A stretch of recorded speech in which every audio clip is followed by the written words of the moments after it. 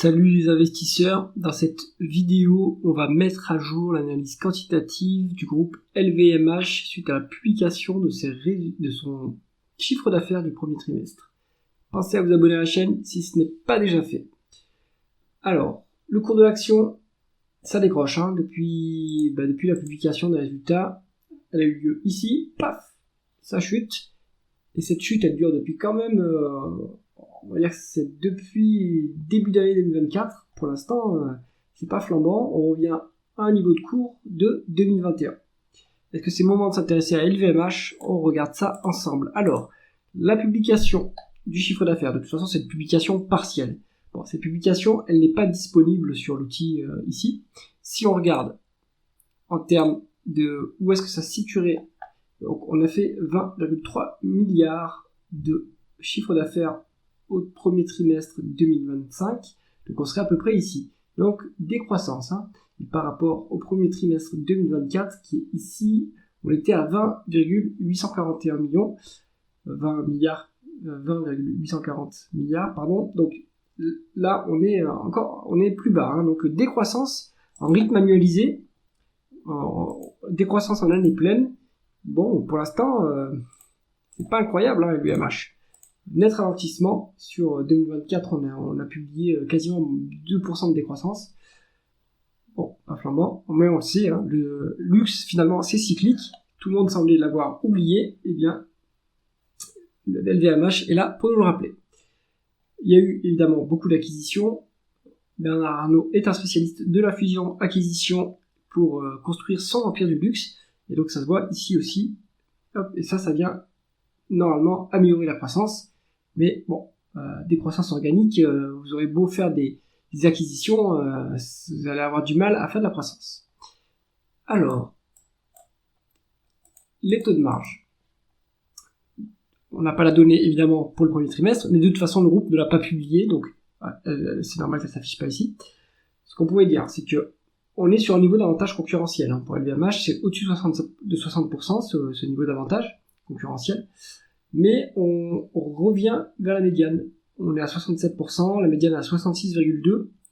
Bon, on est quand même en hausse depuis le début de la période étudiée, depuis 10 ans. Mais bon, ça reste raisonnable quand même. Et puis dans l'absolu, c'est un niveau qui est quand même très élevé. Le taux de marge d'EBITDA, lui aussi, commence à baisser. Il suit la trajectoire du taux de marge brut. C'est normal, il n'y a pas de miracle. On peut essayer de compenser en faisant des gains d'efficience opérationnelle. Mais en réalité, c'est assez difficile. Quand vous avez une marge brute qui baisse, quand vous avez un chiffre d'affaires qui baisse, mécaniquement, ça va entraîner la marge brute à la baisse, et ça va faire la même chose pour la marge d'EBITDA et la marge nette au final. Donc c'est ce qu'on voit ici. Bon, il n'y a pas de dégradation supplémentaire de la marge d'EBITDA par rapport à la marge brute, ce qui veut dire qu'on arrive quand même à maintenir l'efficience opérationnelle, on arrive quand même à ajuster les coûts pour pas que ça baisse trop vite non plus. Donc, pas si mal.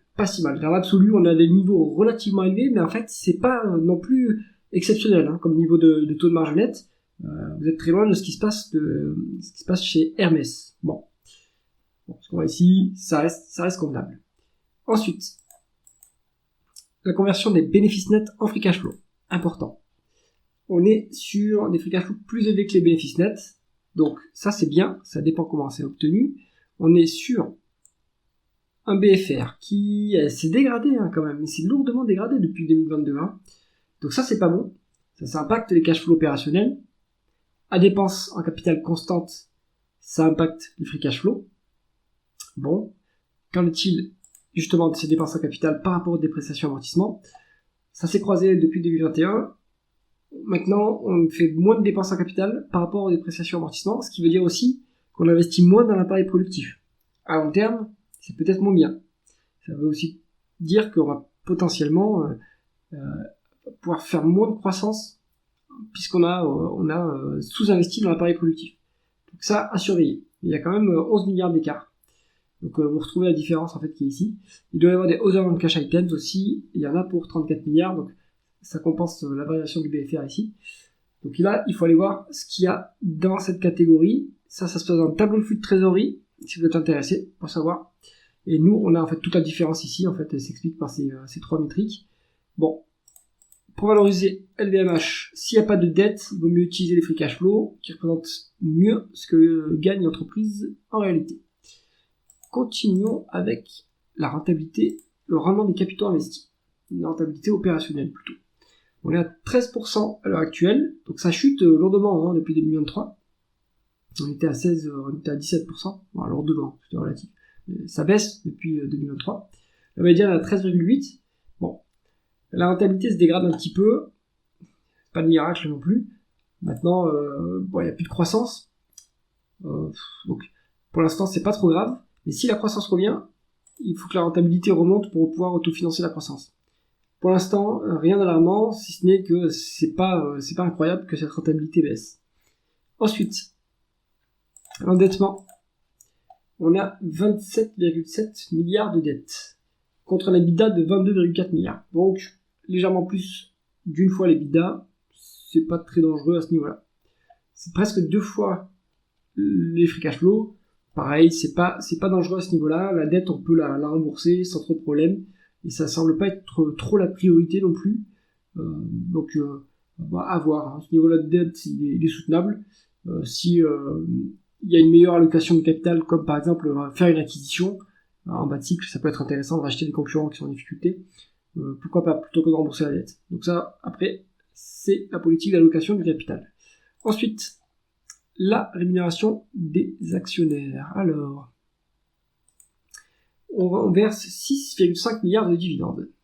Ça représente un rendement d'à peu près 2,5%. Donc c'est pas trop mal. On est sur la moitié des free cash flow, un peu moins. Donc ça c'est soutenable à ce niveau. C'est pas mal. Et on est sur des rachats d'actions légers depuis 2022. C'est pas mal. Je trouve que c'est pas mal parce que la valorisation le permet, on va le voir après.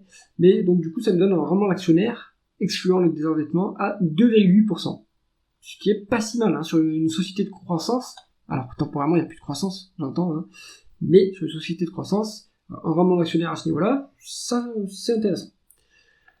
Ensuite, la valorisation, on va se mettre en valeur d'entreprise sur EBITDA, vu qu'il y a un peu de dette, et là vous avez 25%, 30% de décote. Non, pas 30%, allez. On va dire 20%, entre 20 et 25% de décote sur LVMH. On est quasiment au niveau de la pandémie. Donc décote assez intéressante sur ce dossier. Bon, on n'est pas au niveau de 2008 non plus, mais là, il ne faut pas exagérer. Bon. Donc, conclusion du dossier LVMH. Les sociétés de croissance, il faut les acheter quand la croissance faiblit, si c'est cyclique, évidemment. Et donc, là, on a un bas cycle sur le luxe. LVMH, ça reste une société qualitative. Alors, c'est moins qualitatif qu'Hermès, mais bon, c'est moins cher aussi. Et en plus, il y a une décote. Il y a une décote sur la valeur d'entreprise sur EBITDA. La dette est soutenable. Vous avez un petit rendement de l'actionnaire. Moi, je pense qu'à LVMH, ça se met en watchlist. Ça s'analyse si vous êtes intéressé par le secteur et par l'entreprise. J'espère que cette analyse vous a intéressé. Si c'est le cas, mettez un pouce vers le haut et pensez à vous abonner à la chaîne. À bientôt.